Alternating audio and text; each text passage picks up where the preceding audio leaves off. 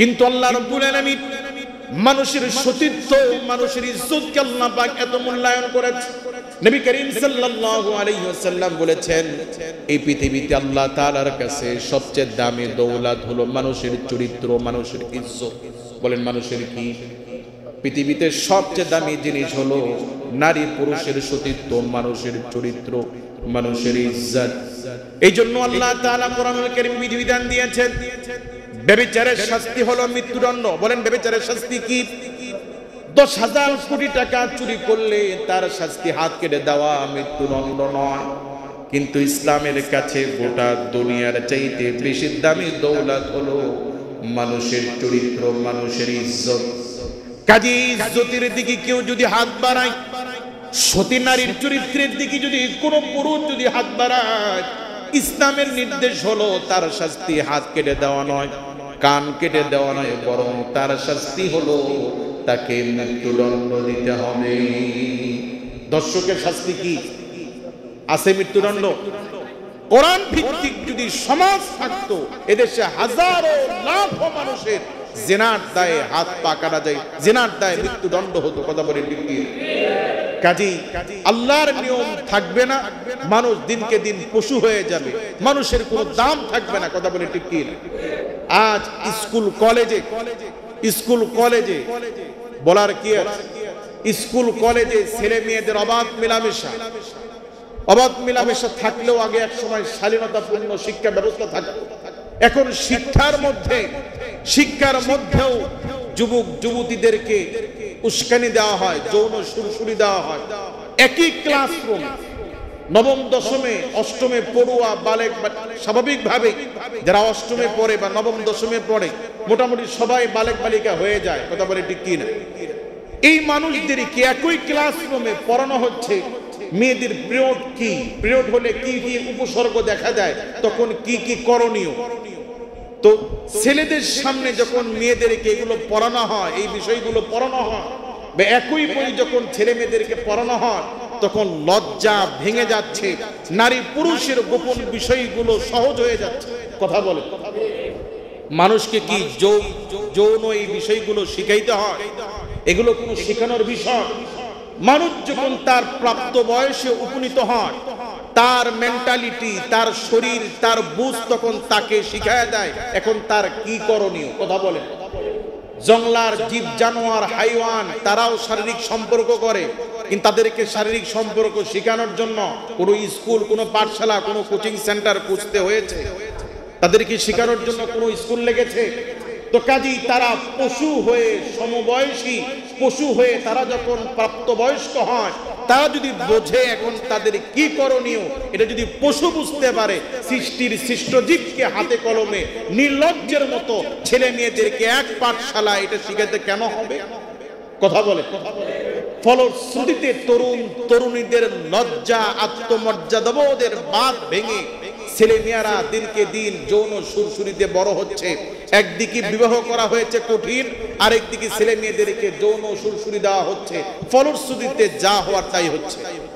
কথা বলে ছেলে মেয়েদের প্রেম ভালোবাসাকে এটাকে অপরাধ মনে করা হচ্ছে না, এটাকে স্বাভাবিক মনে করা হচ্ছে।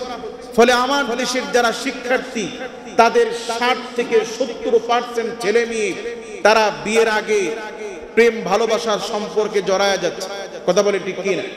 আবার এই 60-70% যারা শিক্ষা জীবনে ছেলে মেয়ে একে অপরকে ভালোবাসার সম্পর্ক তৈরি করছে, এদের মধ্যে আবার 50% ছেলে মেয়ে বিবাহ বহির্ভূত জেনায় লিপ্ত হচ্ছে। কথা বলে ঠিক কি না?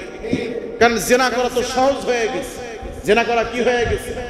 ছেলে মেয়েরা একসাথে ঘাট ধরে বসে আছে, ছেলে মেয়েরা একসাথে আপনার ইনডোরে তারা যাচ্ছে, বিভিন্ন রেস্টুরেন্টে যাচ্ছে। এগুলো ধরার জন্য, এগুলোকে শায়েস্তা করার জন্য পর্যাপ্ত কোনো ব্যবস্থা নাই। কথা বলে ঠিক কি না? ফলশ্রুতিতে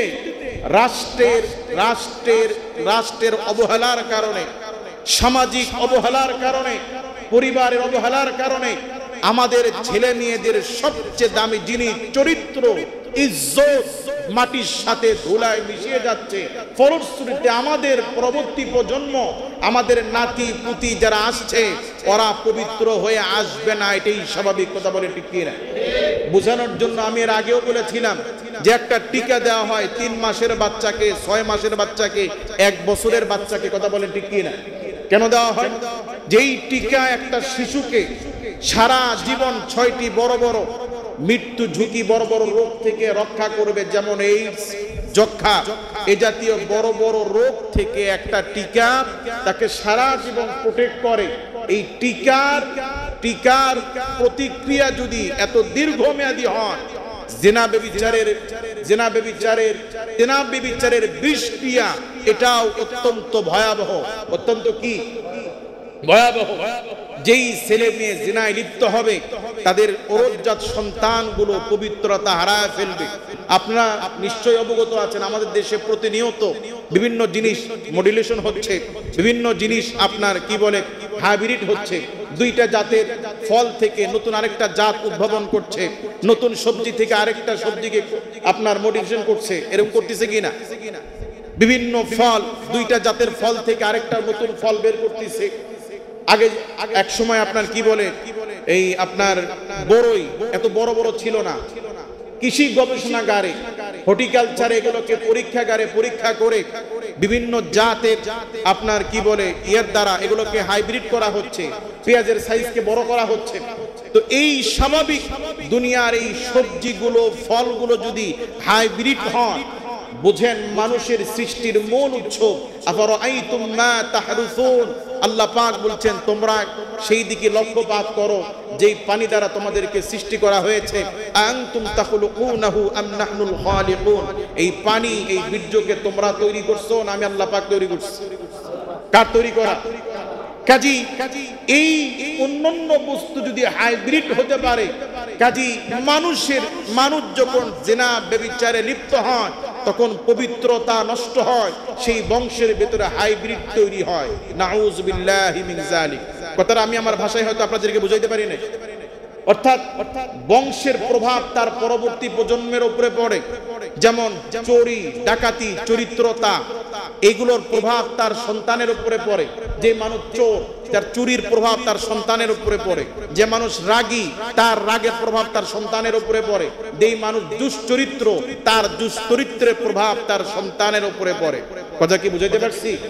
কাজে আপনারা যদি আপনাদের ছেলে মেয়েদের চরিত্রের ব্যাপারে গুরুত্ব না দেন, ছেলে মেয়েদেরকে যদি অবাধে ছেলে দেন, আর আপনার ছেলে মেয়ে যদি জিনা ব্যভিচারে লিপ্ত হয়, তাহলে আপনি ছিলেন এমন ব্যক্তি যেই ব্যক্তি কোনোদিন কোনো মেয়ের দিকে তাকান নাই, অথচ আপনার পরবর্তী প্রজন্ম, আপনার নাতি আপনার চোখের সামনে জিনায় লিপ্ত হবে।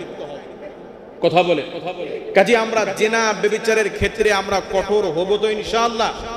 2 নম্বর আল্লাহ পাক বলছেন আল ফাহশাই ওয়াল মুনকার, আল্লাহ পাক বলছেন তোমরা সকল প্রকার অশ্লীলতা, খারাপ কাজ থেকে, মন্দ কাজ থেকে দূরে রাখো।